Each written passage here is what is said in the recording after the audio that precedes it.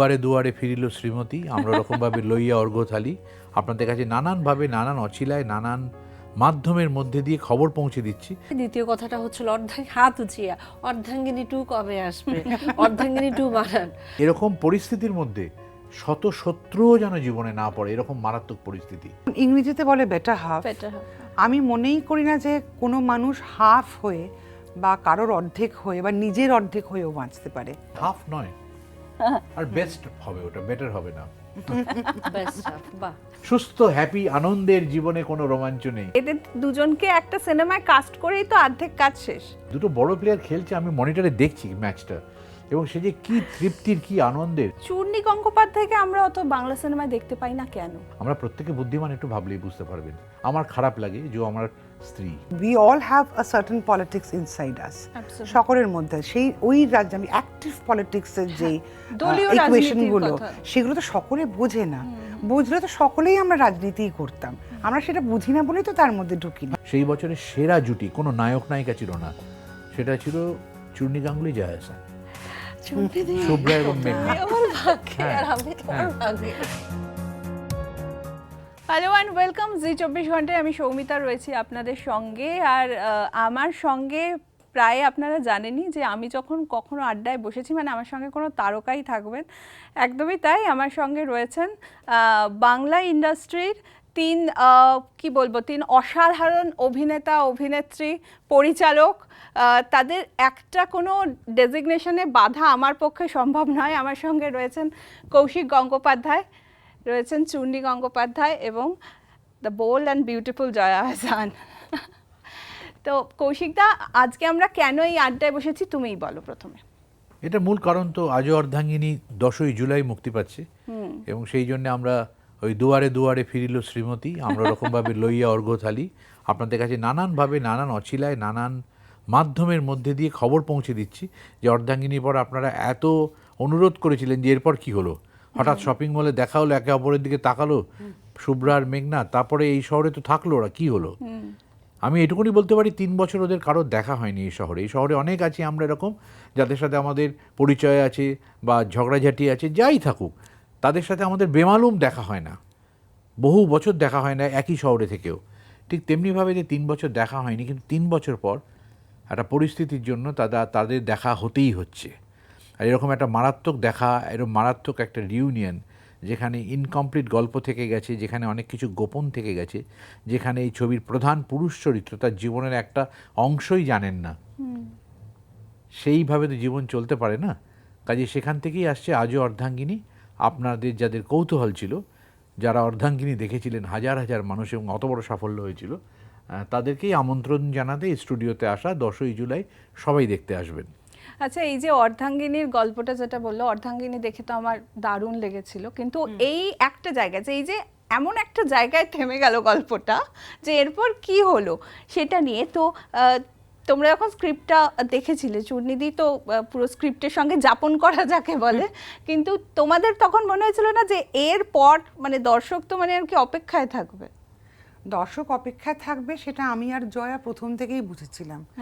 আমরা দুজনে মিলে হল ভিজিট করতাম, কারণ সবাই ভালো বিক্রি হচ্ছে তখন, ভালো হল ভর্তি দর্শক। আমি আর জয়া যাচ্ছি এবং দর্শকের কাছ থেকে প্রথম কথা হচ্ছে অসাধারণ অসাধারণ, আমরা পরের পার্টটা চাই, আমরা আরেকটা পার্ট চাই। দর্শকের প্রথম ইমোশনাল রিয়াকশনটা আমাদেরকে মানে পর্দায় দেখে সাথে সাথে যখন আমাদেরকে দেখলো তখন একটা ইমোশনাল রিয়াকশন হয়।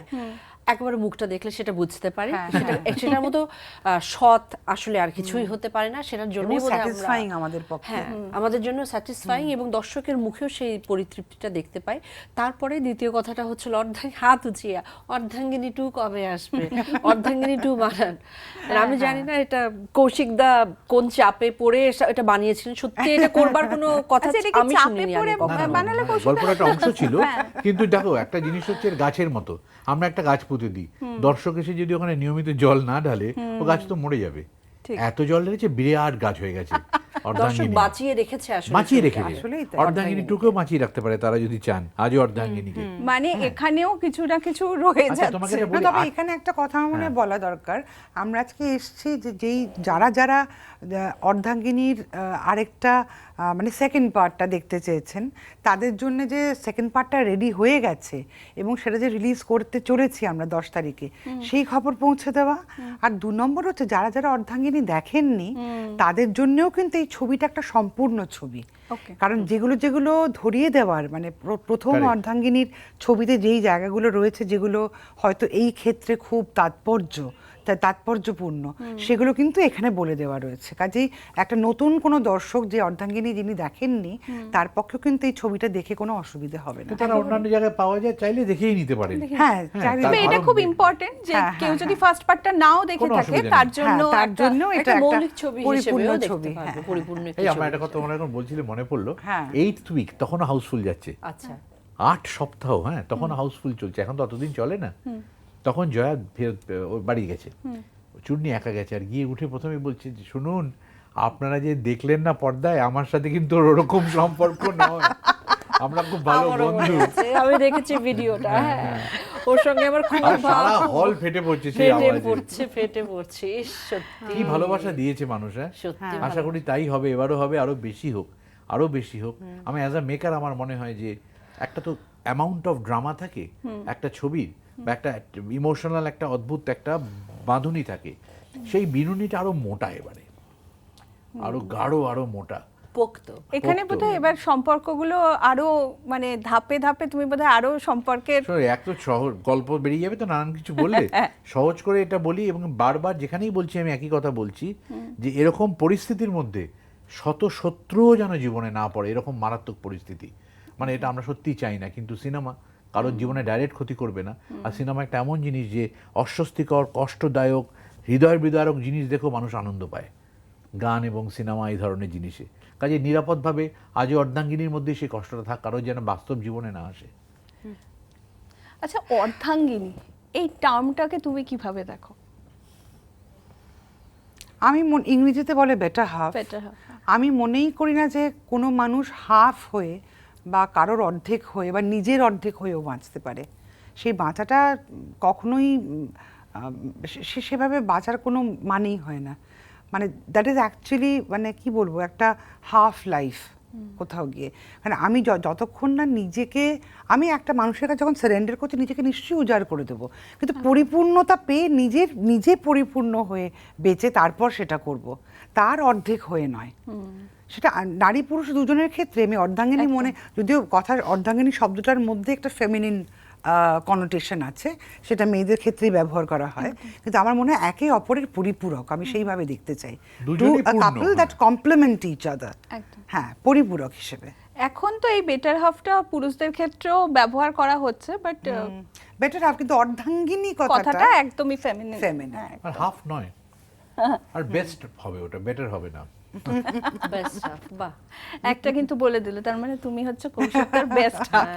না না, এরা সবাই পূর্ণাঙ্গিনী, এরা এক একটা একদম। নিজের জায়গায় নিজেদেরকে নিজেরা চালনা করেন। ওদের একটা দুজনেরই কথা বলছি আমি, ওদের নিজস্ব মাইন্ড আছে, নিজেদের ভাবনা রয়েছে, তারা নিজেদের দায়িত্ব করছে। ও একরকম ভাবে নিজের জীবনযাপন করছে, জয়া একভাবে জীবনযাপন করছে। এরা নিজেদেরকে নিজেদের মতো বুঝে নিয়েছে, নিজেদের গণ্ডি তৈরি করেছে। সেখানে বন্ধু, প্রেমিক, স্বামী কেউ আছে কি না আছে, তার বাইরে ওরা নিজেদের মতো করে ভালো আছে। একদম। তো জয়াদি, তুমি বলো তোমার কাছে এই টার্মটা তুমি কিভাবে দেখো? না আমিও তো আসলে শিখছি নানানভাবে, নানান অ্যাঙ্গেল থেকে। এই যে এই মাত্র যেটা বললেন যে বেস্ট হাফ, আসলে না কত সুন্দর এভাবে করে তো আসলে বেরিয়ে আসে অনেক কিছু। হ্যাঁ অবশ্যই এই অর্ধাঙ্গিনী শব্দটির সঙ্গে এক ধরনের ফেমিনাইন একটা গন্ধ রয়েছে, কিন্তু তার বাইরে আসলে আমার মনে হয়েছে যে কৌশিক গাঙ্গুলি এই ছবিটার মাধ্যমে আসলে সমাজকে একটু টন্ড করেছেন। অর্ধাঙ্গিনী কি আসলে তাই, মানে আসলে যাদেরকে আমরা পূর্ণাঙ্গিনী অর্ধাঙ্গিনী ভাবি, বিশ্বাস করলে তো ছবিটাই হতো না, হতোই না, হ্যাঁ, বিশ্বাস করি না বলেই এই ছবি তৈরি। বলেই এই একদম ছবিটা, একদম সেটাই। কনসেপ্টটাই তো তাই, একদমই। আচ্ছা, যেটা তুমি বলছিলে যে এরা দুজনেই পূর্ণাঙ্গিনী, এবং সত্যি তাই, দুজনে অসাধারণ অভিনেত্রী। এদের দুজনকে একটা সিনেমায় কাস্ট করেই তো অর্ধেক কাজ শেষ। হ্যাঁ, আমার সত্যি বলছি, অন্য ছবিতে অনেক বেশি পরিশ্রম, এই ছবিতে পরিশ্রম নেই। কৌশিক তো আছে, অন্যান্য শিল্পীরাও রয়েছেন, এই দুজনের উপরে তো মেন একদম গল্প। দাঁড়িয়ে রয়েছে পুরো একটা ছবির মস্তিষ্ক, মানে এরা দুজন। একদম। তো সেখানে আমার আর কিছু করার নেই, দুটো বড় প্লেয়ার খেলছে, আমি মনিটরে দেখছি ম্যাচটা, এবং সে যে কি তৃপ্তির, কি আনন্দের। কারণ অনেক অভিনেতা আছে তারা সফল, কিন্তু তাদেরকে পদে পদে নানান জিনিস বলতে হয়। তারা হয়তো বিরাট সফল, কিন্তু নিজের মতো করে টিউন করতে হয়, আমি যেটা চেয়েছি তার সাথে কমিউনিকেশন হচ্ছে না। কিন্তু তার একটা বাজার দর বলো, বা তার একটা খ্যাতি আছে, বা সে প্রতিষ্ঠিত, সেই জন্য তাদেরকে আমরা বিভিন্ন সময় কাস্ট করি। আবার সেখানে মারাত্মক প্রতিভাবান অভিনেতাও আছে, তাদের সাথে একই আনন্দ পাই। এখানে তো এই মজাটা সাধারণত পাওয়া যায় না, যে দুজন কাজ করছে, কি করছে ইকুয়েশনটা। তুমি তো তাদেরকে লাইন্স দিয়েছো, তাই তাদের জীবন দর্শনটা দাওনি। একটা সংলাপকে জীবন দর্শনের জায়গায় তুলে নিয়ে যেতে পারে বড় অভিনেতা অভিনেত্রী, সেইটা কিন্তু সাংঘাতিক। কাজে গল্প একই আছে, গল্পের গভীরতা আর তার যে মানে ব্যঞ্জনা, সেটা মারাত্মক হয়ে দাঁড়িয়েছে এই ছবিতেও। তোমরা আগেই প্রচুর আমি নাম্বার ভাবতে পেয়ে বিরাট গেছো। প্রশংসা করছি নিজের ছবি প্রমোশন করতে এলে সবাই বলে, কিন্তু না, আমরা- না, না, কিন্তু আমরা একবার প্রমাণ করেছি, ওই জন্য এটা বলছি। সরি, আমি ইন্টারাপ্ট করছি কিনা জানি না। আমার মনে হয় কি আমাদের দুজনেরই করতে গিয়ে একে অপরের সাথে যেরকম একটা কেমিস্ট্রি, একটা সাংঘাতিক আমরা উপভোগ করি এবং উপলব্ধি করি, সেটার বাইরেও না এই একটা আমাদের একটা যে পরিবারটা, অর্ধাঙ্গিনীর যে পরিবার, মানে যাদেরকে অনস্ক্রিন আপনারা দেখেন, তারা মিলে কিন্তু সত্যি একটা পরিবারের মতো ফিলিংও হয়ে গেছে আমাদের মধ্যে। মানে কোথাও একটা তাদেরকে দেখলে যেই নামে সেখানে ডাকে, সেই নামটাই যেন মনে পড়ে যায়। সেটা দীর্ঘকাল কোনো সিরিয়ালের কাজ করলে বা সিরিজের কাজ করলে এটা হয়। আমরা তো অর্ধাঙ্গিনী মাত্র কদিন শুট করেছি অর্ধাঙ্গিনীর সময়, আর আজও অর্ধাঙ্গিনীর সময় এই কটা দিন, মানে কিন্তু কোথাও একটা ওই bonding-টা তৈরি হয়ে পরিবারটাও গেছে। কিন্তু কাজে, এবং সেই বন্ডিংটা যেমন আছে, তারা প্রত্যেকে কিন্তু তাদের জায়গা থেকে, এবং যেই ধরনের রোল তারা করছেন, তারা কিন্তু তুখোড় অ্যাক্টর, অভিনেতা সকলে।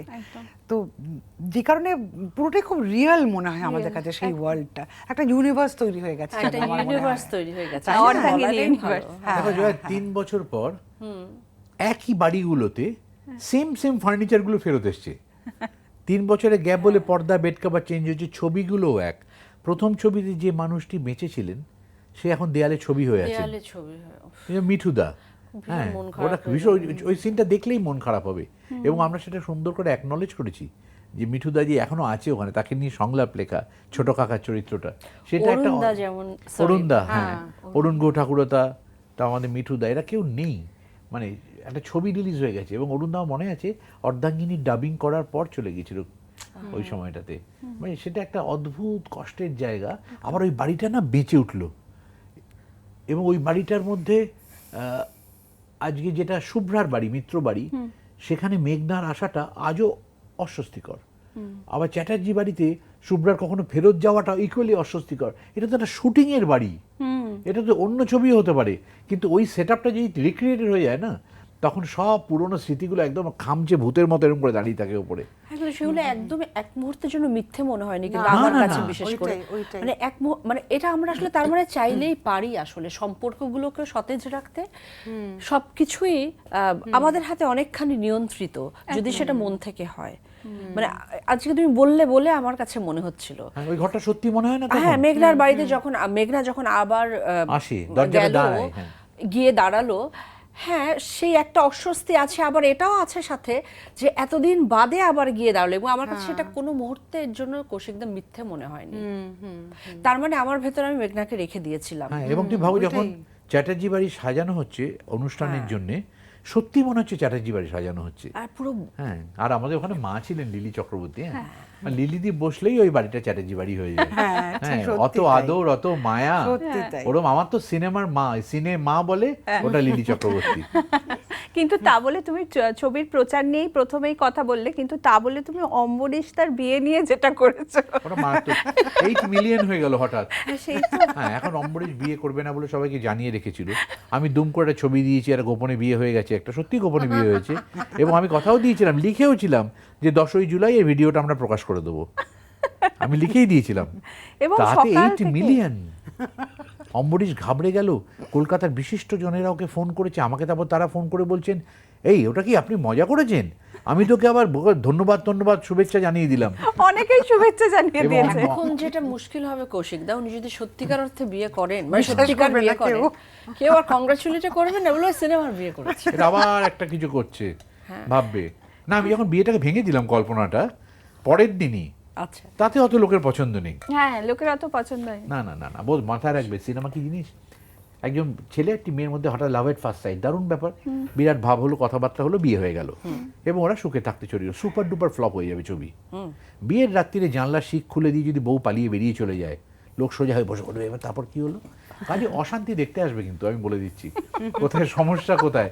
সুস্থ হ্যাপি আনন্দের জীবনে কোনো রোমাঞ্চ নেই, তাহলে টেলিভিশন সিরিয়াল বলো সিরিজ বলো সবাই শুধু সুখের গল্পই বলতো।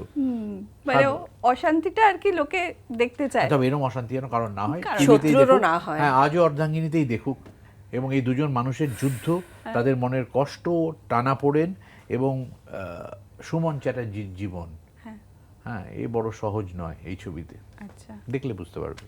আচ্ছা, গতবার তো খুব রাগই উঠেছিল, এবার দেখা যাক কি হয়।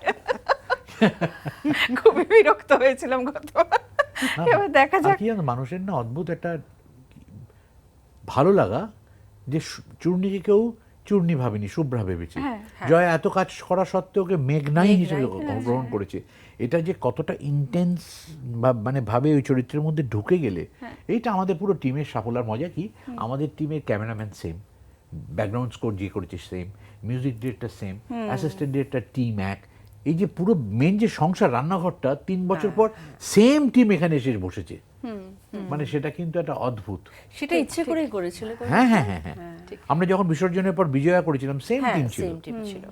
একদম কারণ এরা তো কন্ট্রিবিউট করেছে, তাদের আমি সরিয়ে দিয়ে এর আর বেটার কিছু হতে পারে না, একদম এই সংসারটা ভাঙা যায় না। আমরা কিন্তু একটা অর্ধাঙ্গিনী ইউনিভার্স করে ফেললে পারি, হ্যাঁ। মানে কত ইউনিভার্স হয় না এখন? হ্যাঁ, তো সেই তো। সবসময় কেন কমার্শিয়াল ফিল্মেরই কেন ইউনিভার্স হ্যাঁ, হবে, হ্যাঁ, কেন হ্যাঁ। আমাদের হবে না? দেখো, একদম। খুব বড় কথা বলে যাই, হ্যাঁ, সেটা হচ্ছে আমরা ছবি বানানোর সময় যে জুটি খুঁজি, সাকসেসফুল জুটি, সেটা সাধারণত পুরুষ আর নারী হ্যাঁ, সর্বত্রই। সেটা আমি ভাবছিলাম। হ্যাঁ, কাজেই আমি সেই বছরে যে বছর 3 বছর আগে তৈরি হয়েছিল, সেই বছরে সেরা জুটি কোনো নায়ক নায়িকা ছিল না, সেটা ছিল চূর্ণী গাঙ্গুলি, জয়া আহসান, শুভ্রা এবং মেঘনা। আমার ভাগ্যে, হ্যাঁ, আর আমি তোমার ভাগ্যে। হ্যাঁ, চলো সেই এবার একটা comedy shoot করি। সেই সেরা জুটিটাই কিন্তু আবার ফেরত আসছে।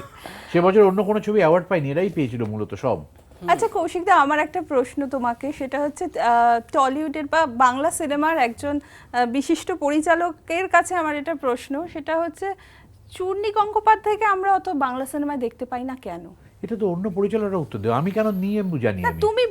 তোমাকে আমি পরিচালক অন্যরা হিসেবে কেন জিজ্ঞেস নেন না, করছি। তাই তো? হ্যাঁ, তাদের উত্তর দিতে হবে, বলো। তারা হয়তো চূর্ণীকে যথেষ্ট মনে করে না যোগ্য, বা তাদের চূর্ণীর অভিনয় একদম ভালো লাগে না, তারা বিশ্বাসই করে না 1 বছর সমস্ত অ্যাওয়ার্ড চূর্ণী গাঙ্গুলি পেয়েছিল কলকাতাতে, এবং সেই বছরই অর্ধাঙ্গিনী মাসেই রিলিজ করেছিল রকি ও রানী কি প্রেম কাহানি, যেখানে চূর্ণী খুব সুনাম হয়েছিল সারা দেশেই। সেই 3 বছর ধরে ওকে তো কেউ কোনো চরিত্র বলেনি সেরকম ইম্পর্টেন্ট চরিত্র করতে, 3 বছর কেউ একটাও অফার করেনি। এখন আমায় কেউ প্রশ্ন করলে আমি বেশ রাগত স্বরেই বলে দিই আমি, যে ওকে নেব না তো কী করবো আমি। আগে আমাকে যখন প্রথম দিকে জিজ্ঞেস করতো আপনি ওনাকে কেন বারবার নেন, আমার তো উত্তরটা ছিল, আমি তখন নতুন বলে বলতে পারতাম না যে অন্যরা কেন নেয় না, আমি কেন তার নেবো না কেন। একজন অভিনেত্রী, সে তার কাজ কি অভিনয় করা, তো তাকে সুযোগ দেওয়ার দায়িত্ব কার? পরিচালকদের। কেন, কি জন্যে চূর্ণী কি অভিনয় করতে পারেন সবাই জানেন, কি কারণের জন্য ওকে নেওয়া হয় না আমরা প্রত্যেকে বুদ্ধিমান একটু ভাবলেই বুঝতে পারবেন। আমার খারাপ লাগে যে আমার স্ত্রী। না, এরকমও হয়তো হতে পারে যে আমি যেই ধরনের অভিনয়টা করে থাকি সেটা হয়তো সকলের কাছে মানে অভিনয় হিসেবেই গ্রাহ্য তাহলে কি হয় আমি না। গবেট এটাও তো বলতে হতে চাইছো? পারে। মানে আমি কি তাহলে গবেট? না, মানে সকলের তো আইডিয়া অফ পারফরমেন্স একটা সকলের মাথায় এক এক রকম থাকে। সব বুঝলাম চুনি, কারোর সাথে তো আমার মিলতে পারে, যেহেতু আমি অসফল নই আমার নিজের কাজের ক্ষেত্রে, কাজে আমার সাথে তো কারোর মিলবে, একটা কারোর মেলে না। তাহলে আমি কি এতই ইউনিক যে আমি তোমায় চিনলাম আর কেউ চিনলো না? আমি তো চিনেছি বটেই বহু বছর আগে, সিনেমার বাইরে সেটা, কিন্তু তার বাইরে মিললো না, আর কারোর কিচ্ছু লাগলো না। আমাদের ইন্ডাস্ট্রির প্রয়োজন হয় না। আমি নাকি অন্যতম সেরা অভিনেতা টালিগঞ্জের, আমাকে আমার জন্যই পাঠ লিখতে হয় মূলত। এখন কয়েকজন লেখেন। হ্যাঁ, সেটা খুব রিসেন্ট টাইমে সব মেনে সত্যি, নিয়েছি। মানে বিচিত্র ইন্ডাস্ট্রি আমি বলবো। না, না, সেটা দেখবে ওর কোনো অভিযোগ নেই, আমার অভিযোগ আছে, এই তফাৎ এটা। অভিযোগ আমারও আছে, এই জন্য আমি বিষয়টা তুললাম। প্রয়োজন নেই ওকে, আমি ধরে নিচ্ছি ওকে পছন্দ করে না, আমি খুব পছন্দ করি। আমিও খুব ওই জন্য পছন্দ আবার করি হবে, ছুটি আবার দিতে। ঠিক হবে, বলেছ। আসছে বছর আবার হবে, দুর্গাপুজো পরে না। আবার হবে। আমরা সবাই তোমাকে খুব পছন্দ করি, মানে I am just diehard fan তোমার। ওরে এবং সোনা, আমি খুব আমি অবাক হই যে কেন চূর্ণী গাঙ্গুলিকে কেন আরো বেশি cast পাই না। করা এটা হয় না। এটা Exactly. এটা আমাদের মানে আমাদের চোখের খিদেটাকে মেটাবার জন্য হলেও চূর্ণিদি করা উচিত। মানে আমাদের মনের খিদে, আমাদেরও তো দেখতে ইচ্ছে করে। বাট কাউকে তো কাস্ট করতে হবে না। আমি তো বিশ্বাস করলাম, বলতে কোনো লজ্জা নেই। আমি আমার সমসাময়িক পরিচালকদের ব্যক্তিগতভাবে বলেছি, যখন প্রশংসা করেছে, বলে তোরা নেই তাহলে, তোরা কথা বলে নিশ্চয়ই ডেফিনেটলি সেই ডেফিনিটটা কখনো আসে না গোপাল ভাঁড়ের ঘাটে পৌঁছবার মতো। এই তো এসে গেছে ঘাট আর আসছে না।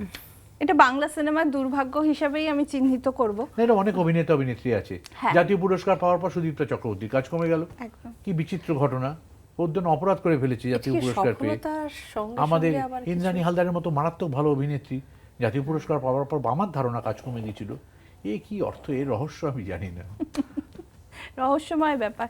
আরেকটা জিনিস জিজ্ঞেস করব, তোমাদের দুজনকেই জিজ্ঞেস করব, সেটা হচ্ছে যে ইন্ডাস্ট্রির এই মুহূর্তে যা অবস্থা, মানে শুধু সিনেমা চলা না, এমনি রাজনৈতিক টালমাটালও আমাদের গোটা রাজ্য একটা অন্যভাবে ফেস করলো। তো সেই পরিস্থিতিতে দাঁড়িয়ে ইন্ডাস্ট্রি এখন কেমন আছে?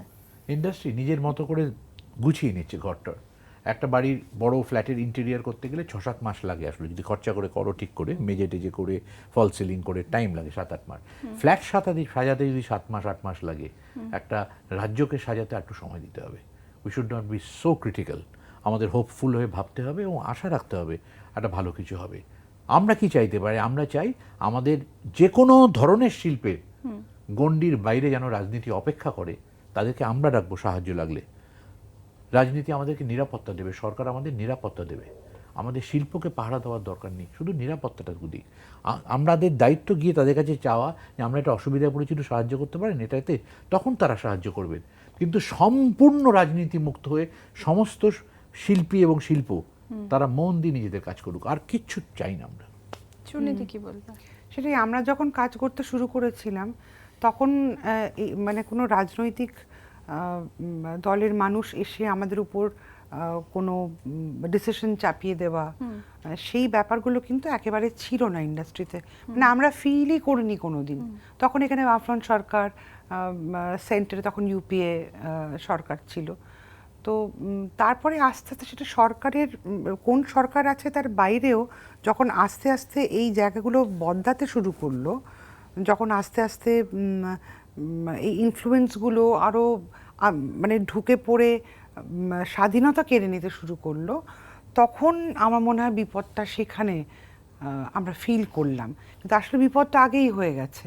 কারণ মানে ফিল্ম এমন একটা মাধ্যম, বা সঙ্গীত বা আত্মপ্রকাশ করার একটা ব্যাপার, তো ইটস আ সেলফ এক্সপ্রেশন।